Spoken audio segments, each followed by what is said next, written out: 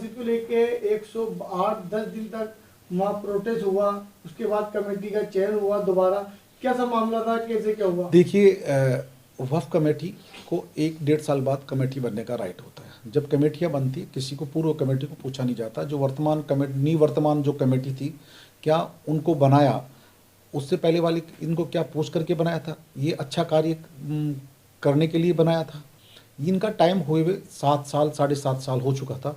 इन्होंने जो भी हिसाब किताब ये कह रहे हैं हमने दिया, हम तो इनकी ऑडिट को ही हिसाब मान रहे हैं। ना इसका डेवलपमेंट किया गया, ना किसी चीज़ का डेवलपमेंट किया गया।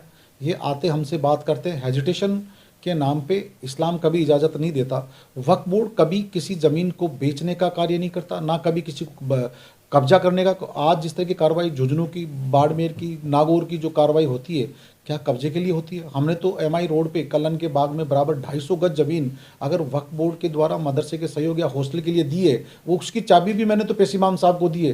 तो वक्फ बोर्ड पे इस तरह का आरोप प्रत्यारोप नहीं लगाना चाहिए, उसको सोचना चाहिए। ये अल्लाह की संपत्ति है। क्या किसी इंसान को परमानेंट सदर माना जाता है? आज मैं हूँ इस वक्फ बोर्ड का सदर, कल नहीं रहूँगा। मुझसे कई सदर आए और चले गए, लेकिन आरोप और प्रत्यारोप जब ये तय हुआ कि इस कमेटी में कुछ खामियां हैं, हम उनके कहने से प्रताप जी ये लोग बैठे, उस कमेटी को हटा करके पूर्व कमेटी हट चुकी थी, नई कमेटी बनाई, उसको भी उठा दिया। हमारा बीच में ये मुआहदा हुआ कि ये 2 रिसीवर बनेंगे, जो प्रताप जी ने उनको लेटर दिया और जिसमें बाकायदा लेटर में लिखा हुआ है कि 2 रिसीवर नियुक्त। ये 18-19 में इनके खिलाफ जो निवर्तमान कमेटी है उनके खिलाफ एक हाई कोर्ट में मुकदमा था जो कर रखा था, किसी ने पीआई लगा रखी थी। फिर सम्मानीय न्यायालय ने एक अभी लेटेस्ट आदेश हुआ है कि जो हमने पारित किया वही लेटर उन्होंने सम्मानीय न्यायालय ने कहा कि पूर्व निवर्तमान जो कमेटी है उससे पूर्ण 10 दिन में चार्ज लेकर के जो कमेटी वक्फ बोर्ड के सदस्य जो कर्मचारी उनको लगाया जाए और उनको पूर्ण हिसाब दिया जाए। अगर 10 दिन में नहीं होता है तो सम्मानीय न्यायालय कार्रवाई करेगा। और फिर उन्होंने सम्मानीय न्यायालय की तौहीन करने की बात की। फिर उन्होंने हेजिटेशन करने की बात करते हैं, किस तरह से अलग अलग ग्रुपों में झूठी अफवाहें फैलाते हैं, ये ज़मीन को बेच रहे हैं, कर्मचारियों पे आरोप प्रत्यारोप। उनको सोचना चाहिए, अल्लाह से डरना चाहिए। अल्लाह की संपत्ति को बेचने वाला कोई भी, कितना बड़ा लाट साहब, कोई भी शासक हो, वो आदमी अगर गलत करता है, पाया जाता है, बेचता है इंच पर भी, तो निश्चित रूप से जेल जाने के लिए तैयार रहता है। क्योंकि कानून से, आइन से बड़ा इंसान नहीं होता है। अगर चेयरमैन बने, चाहे कोई गलती करें, चाहे राष्ट्रपति करें, प्रधानमंत्री करें, मुख्यमंत्री जी करें, सब कानून के आइन से बड़ा नहीं है। लेकिन झूठी अफवाहें फैलाना, वक्फ बोर्ड खुर्द-बुर्द कर रहा है, वक्फ बोर्ड बेचना चाह रहे हैं, उनको कहना चाहता हूँ आप खुदा से डरें। अल्लाह की संपत्ति है, हिफाजत करें। लेकिन जब कमेटी आपकी बनाई गई थी, उससे पूर्व क्या वाले वहाँ के लोगों को पूछ के बनाई? आपको बनाया तब भी आप अच्छा, जो भी जैसा भी हम आपका स्वागत करते हैं। आपको 7-7.5 साल जो भी निवर्तमान कमेटी है, इस कमेटी में इनके व्यक्तिगत लड़ाई थी, उस कमेटी को लेकर के इनकी नाराज़गी थी। फिर भी हमने इस कमेटी में बदलाव तो क्या स्थगित करके हमने 2 रिसीवर लगा दिए। और जब सम्मानीय न्यायालय लगा दिया, हम न्यायालय से बड़े नहीं हैं। हम सम्मानीय न्यायालय का फैसले का स्वागत करेंगे, न्यायालय के फैसले को लागू हम मानेंगे।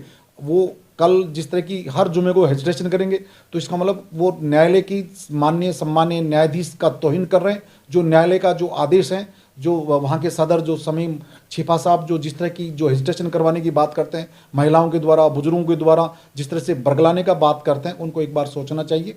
आप खुद सोचें एक बार, ये वक्फ संपत्ति को सुरक्षित करें। किसी भी, चाहे वक्फ बोर्ड का सदर, चेयरमैन, मेम्बरान, किसी तरह की आप जनता को बरगलाएं नहीं, झूठी अफवाहें ना फैलाएं। वक्फ बोर्ड हिफाजत करता है, वक्फ बोर्ड खुर्द-बुर्द नहीं करता है। अगर वक्फ बोर्ड खुर्द-बुर्द करता तो आज वक्फ की संपत्तियां बचती नहीं। सर, लेकिन आप द्वारा जो कमेटी पुरानी बनाई गई थी, आखिर क्या वजह रही जो प्रताप जी को बीच में आके उस कमेटी को भंग करना पड़ा? देखो, प्रताप जी के कहने से कमेटी कल भी भंग नहीं हुई थी। प्रताप जी वहाँ के स्थानीय विधायक थे, वो चाह रहे थे कि इसका, वो भी उनके वोटर्स हैं प्रताप जी के, ये भी इनके वोटर्स हैं, इसका बीच का समाधान कैसे किया जाए। क्या इस निवर्तमान कमेटी के कहने से ये कह रहे हैं हमने फिर पुनः एक कमेटी भेजी है, तो जब उनको ये पता होना चाहिए, जब हाईकोर्ट के पहली बात तो आदेश है, नंबर 2 जब सामान्य विधानसभा चल रही है तो विधानसभा में किसी तरह की इस तरह की कमेटी बुलाने का कोई राइट नहीं होता है किसी को भी। प्रताप जी ने कहा कि इसका सोल्यूशन कैसा हो कि 2 कर्मचारी वक्फ के लगते, तो हमने वक्फ के जो रिसीवर बनाए उसी को सम्मान्य न्यायालय ने उसके ठप्पा लगा के कहा कि 2 रिसीवर नियुक्त किया जाए।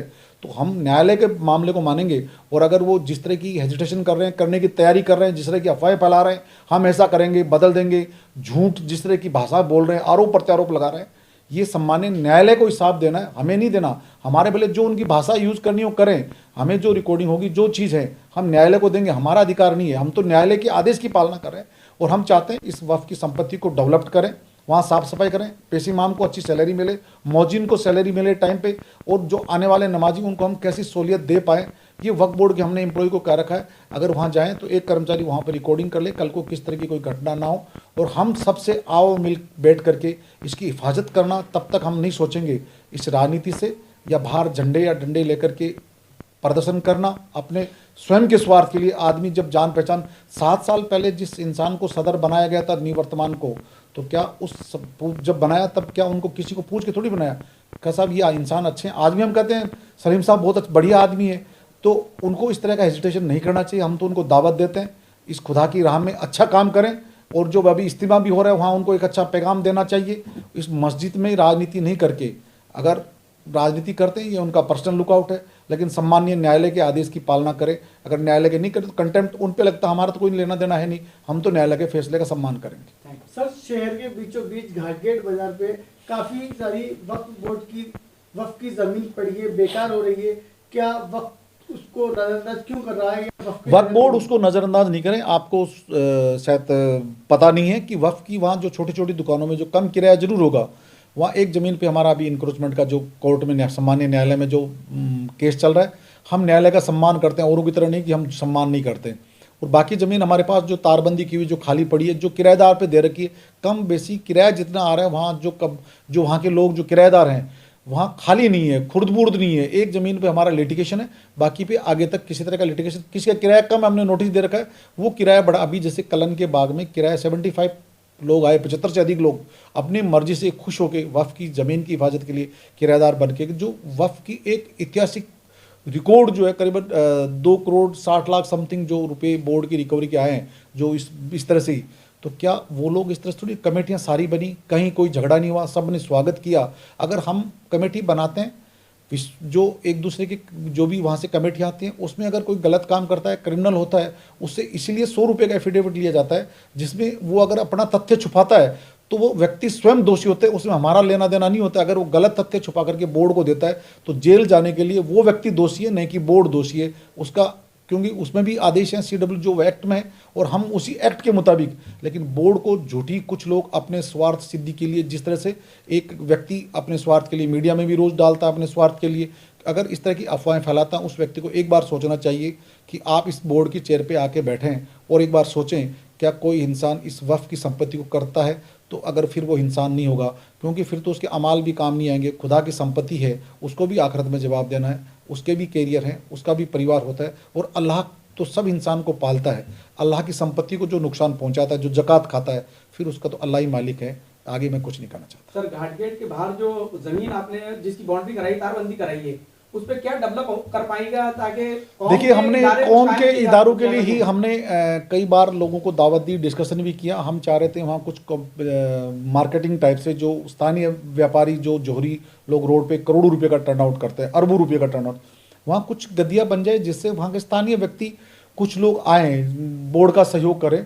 और अगर बैठ के फिर भी सम्मानीय हमारे जो विधायक क्षेत्र हैं, रफ़ीक साहब, हमारे जो एक्स जो MP हैं, टाक साहब हैं, हमारे जो मेंबर यूसुफ है साहब हैं, या फिर शाहिद हसन साहब हैं, और मेंबर्स जितने भी हैं, सब लोग चाह रहे हैं इसका डेवलपमेंट हो। हम चाह रहे हैं स्थानीय व्यक्ति को जब तक सहयोग, स्थानीय व्यक्ति आवाज़ उठाएं, हम सब मिल करके।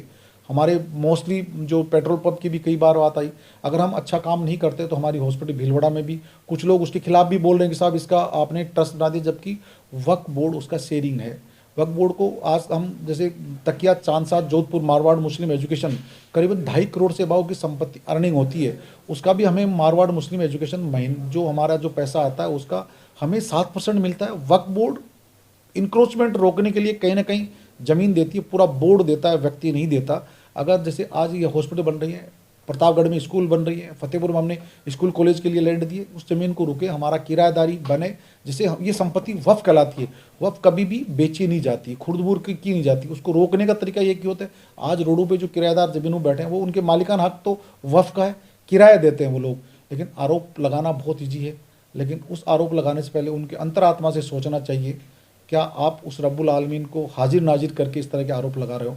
तो एक बार ज़रूर सोचें और हमारे साथ आकर के बात करें और वक्फ को बचाने का सहयोग करें। आरोप प्रत्यारोप आप लगाएं हमें कोई, अगर हम गलत हैं इसकी सज़ा हमें मिलेगी। अगर संविधान कॉन्स्टिट्यूशन को हम तोड़ेंगे तो इसकी सज़ा, अगर गुनहगार, तो संविधान से बड़ा तो कोई इंसान है ही नहीं। आइन ही इस बाबा साहब का, भीमराव अंबेडकर का जो बनाया हुआ संविधान है, जिसको हम सब पूरी हिंदुस्तान के तमाम छोटे बड़े लोग मानते हैं, तो उससे खानो खान बड़ा नहीं हो सकता। मैं तो एक छोटा सा व्यक्ति हूँ, इसलिए हम संविधान के दायरे में रहकर के कार्य करते हैं। संविधान से बाहर जाएंगे, अगर गलत करेंगे तो उसकी सज़ा के लिए हकदार हम होंगे। क्या जयपुर की वक्फ की संपत्तियों पे आप कॉलेज, कोई यूनिवर्सिटी या कोई अच्छे से स्कूल बना पाएंगे जिससे यहाँ माइनॉरिटी के लोगों का फायदा हो सके? आज तक कोई ऐसे देखिए, अभी चीजें देखी नहीं गई। आपने सही कहा कि मैंने कहा ना कि जब तक स्थानीय व्यक्ति जिसको बनाने, जैसे आज मुस्लिम मारवाड़ यूनिवर्सिटी बन रही है, आप प्रतापगढ़ के अंदर जो सीनियर स्कूल के लिए जो ज़मीन 12 बीघा जो अलॉट की गई है, वहाँ स्थानीय व्यक्ति स्वयं वहाँ के ज़मीन हमने अलॉट करवाई, पैसे वो लगा रहे हैं। फतेहपुर के अंदर पैसे वहाँ के स्थानीय लोग लगा रहे हैं, ज़मीन हमने अवेलेबल करवाई है। जहाँ जहाँ ज़मीन होती है, कोटा के अंदर जिस तरह के जो डेवलपमेंट, जैसे एक मिनी हॉस्पिटल भीलवाड़ा की तरह एक प्रपोजल उदयपुर का भी है, जो चेतक सर्किल पे जो हमारी एक वक्फ की लैंड है, जिसमें वो डेवलप करना चाह रहे हैं स्थानीय व्यक्ति मिल करके। निश्चित रूप से जहाँ के लोग जागृत होते हैं तो वो होते हैं। जैसे नारायण शरीफ में अभी एक गेस्ट हाउस भी बन रहा है, वहाँ ऑफिसेज बनेंगी, दुकानें भी बन रही हैं। जो जितना धीरे धीरे जो डेवलपमेंट किया जाएगा इसका वक्फ की, लेकिन यहाँ भी कुछ लोग आगे अगर सरमायादार लोग आते हैं, ऐसा प्रपोजल लेके आते हैं, तो हम उनको तब प्रोवाइड कराएं जब कम से कम उनको ये लगे कि मैं स्कूल कॉलेज बनाने में सक्षम हूँ।